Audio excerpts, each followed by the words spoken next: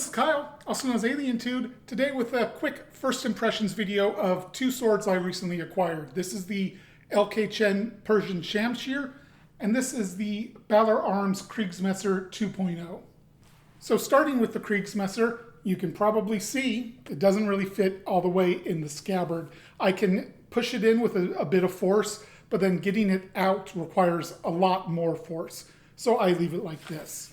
The scabbard is very similar to the first model, which you can see behind me, except that the metal furniture is either brass or bronze, I'm not sure which.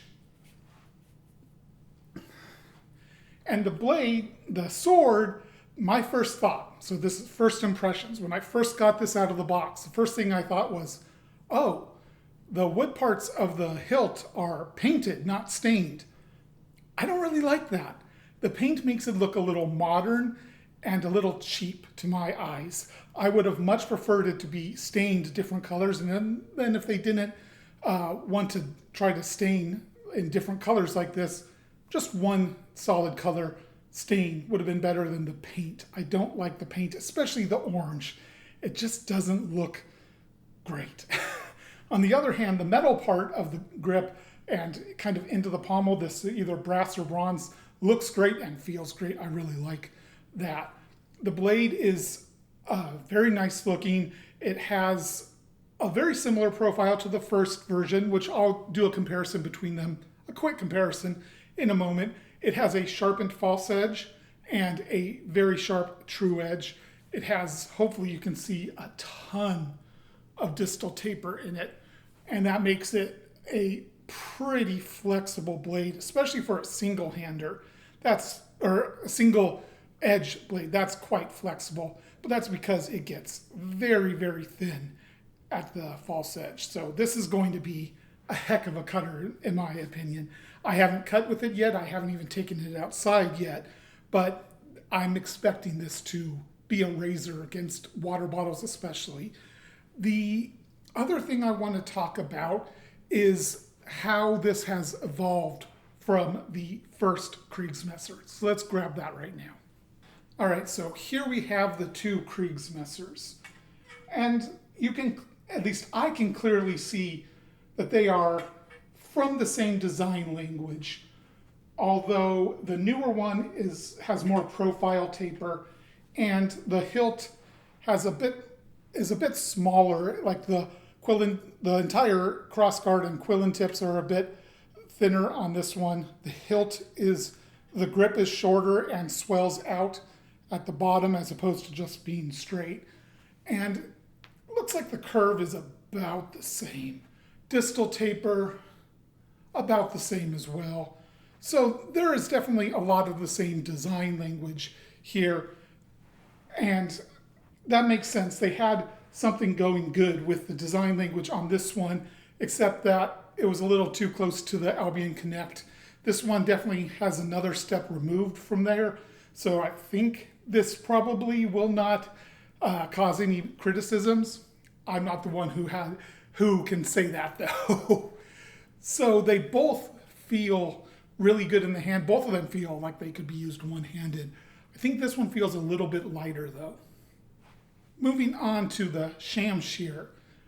This is a type of sword I have no experience with. I've got a tiny bit of experience with a Tulwar, which is kind of, sort of similar. This is, first off, light and nimble. It's got a fairly forward point of balance, but it moves so easily. Now, I don't know how to use one of these at all, but I'm expecting to do mostly draw cutting, but I think also I can really accelerate the tip pretty good by using my back fingers. So I think that'll work pretty well. It does have quite a long grip for this type of sword. Normally you would see the hook here really bunch up against the bottom of your hand to really lock your hand in place. This is based primarily on, I think, one or two examples in the Metropolitan Museum of Art in New York though. So it is taking inspiration from those, and those do have this longer hilt.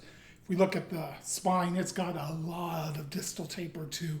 Gets out very thin out here in the cutting area, this is going to be a phenomenal cutter. I am really looking forward to giving this one a try because, like I said, I haven't used this type of sword, and I want to see how it works and how I can adapt my style to work with it. So I'm looking forward to it, and it's also beautiful. I love the decorations on the guard. I like that there's what looks like a brass plate covering the ting, so you don't have your hand gripping the ting and making it rust, anything like that.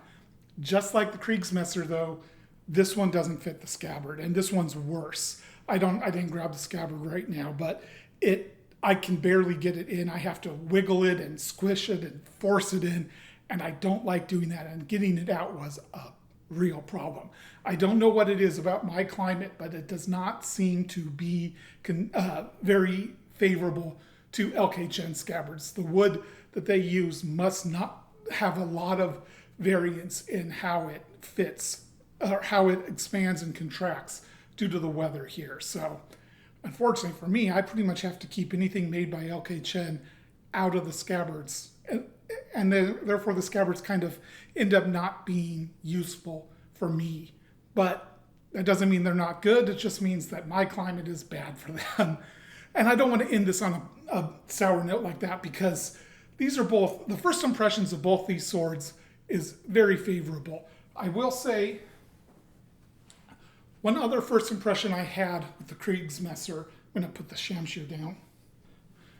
One other first impression I had with the kriegsmesser is that the block here at the center of the cross guard the corners here are quite sharp, and if I choke up all the way, it starts digging into my fingers on both sides pretty uncomfortably. I don't want to choke up that high because it is uncomfortable, but I feel like I want to choke up that high, that's where I want my hand, but I really need to move it down a little bit to make it more comfortable.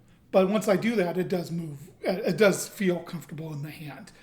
So I'm going to be reviewing both of these swords. This quick first impressions video is not the last you'll see of them on the channel.